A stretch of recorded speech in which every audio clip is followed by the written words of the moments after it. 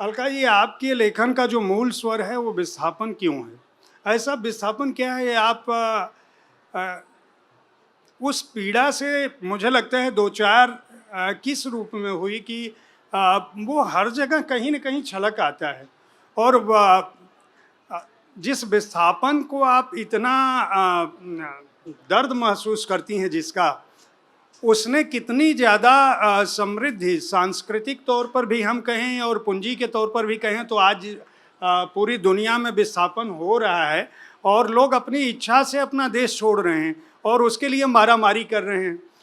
यहाँ तक कि जिस विस्थापित समाज के दर्द को आप दर्ज कर रही थी, उसने बंगाल के सांस्कृतिक विरासत को बहुत हद तक, और बंगाल ही क्यों कहूँ मैं, पूरे देश की सांस्कृतिक विरासत को समृद्ध किया है।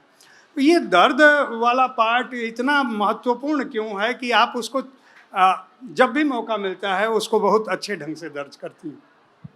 देखिए, सबसे पहले मैं आपको जानकीदास तेजपाल मेंशन के विस्थापन की बात बताऊंगी। कलकत्ते में 1970 के दशक में जब मेट्रो रेल की खुदाई हुई, तो कलकत्ते का जो सेंट्रल एवेन्यू था उस पर आमने सामने के सारे मकान सड़क की तरफ झुक गए।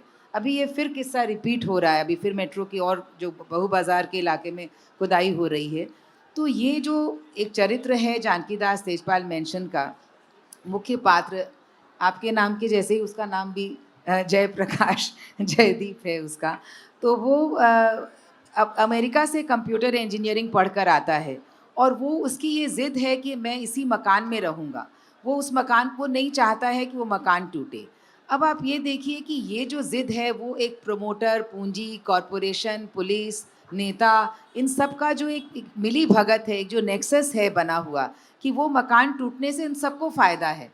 तो उस मकान को तोड़ने के पीछे इतने सारे लोग लगे हैं। लेकिन ये जो, और उन लोग सब ये कह रहे हैं कि ये कंप्यूटर इंजीनियरिंग पढ़ कर के आया हुआ, अमेरिका से पढ़ कर आया, इसको इस मकान से क्या है? ये क्यों इसमें रहना चाहता है? इस मकान को क्यों ना तोड़ दिया जाए? तो ये देखिए कि मतलब कि अब ये आपकी अपनी एक जो मनुष्य की जो एक अपनी पहचान होती है, उस पर जो उसकी टिकने की एक ज़िद होती है, वो कहीं न कहीं उसकी उस पहचान को, अपनी स्मृतियों को बचाए रखने की जो उसकी जो इच्छा है, उसकी जो आकांक्षा है, उसका जो संघर्ष है, तो अब आप कहिए तो हाँ, वो मकान टूट जाएगा, वो मकान टूट भी जाता है। इनफैक्ट मेरे दिमाग में जो मकान था, उसकी जगह एक काँच के फ़साड वाला एक मकान वहाँ पर, काफ़ी अगली सा एक मकान वहाँ पर खड़ा हो गया है। तो ये देखिए कि मतलब हम जो रोज ये विस्थापन देख रहे हैं, ये एक मकान का विस्थापन है।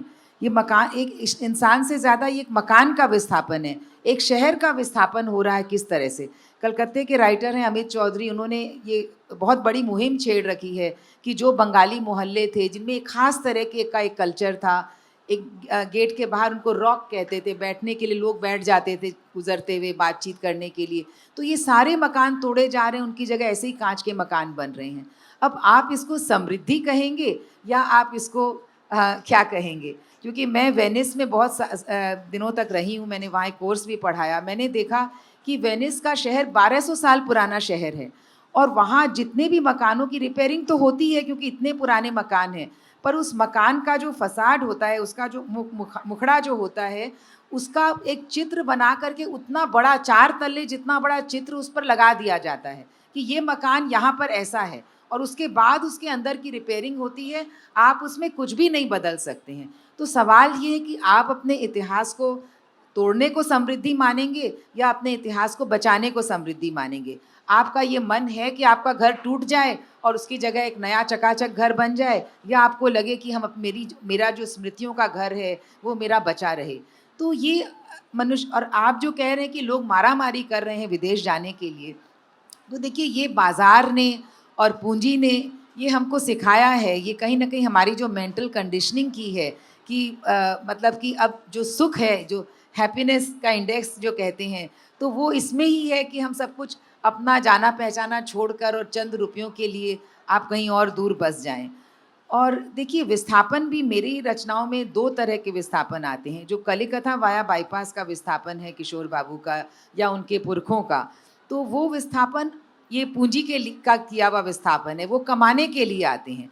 लेकिन कुलभूषण का जो विस्थापन है वो बाई चॉइस नहीं है, वो एक मजबूरी है। जब इतिहास में बड़ी शक्तियाँ ये निर्णय लेती हैं कि देश के कितने टुकड़े हों, कौन कहाँ जाए, कौन कहाँ न जाए और क्यों जाए, अगर कोई नहीं जाना चाहता है तो वो कैसे रहे, किन परिस्थितियों को झेलता हुआ रहे, तो ये अगर आप नहीं जाना चाहते हैं तो आपके साथ जो होता है वो कुलभूषण का विस्थापन है।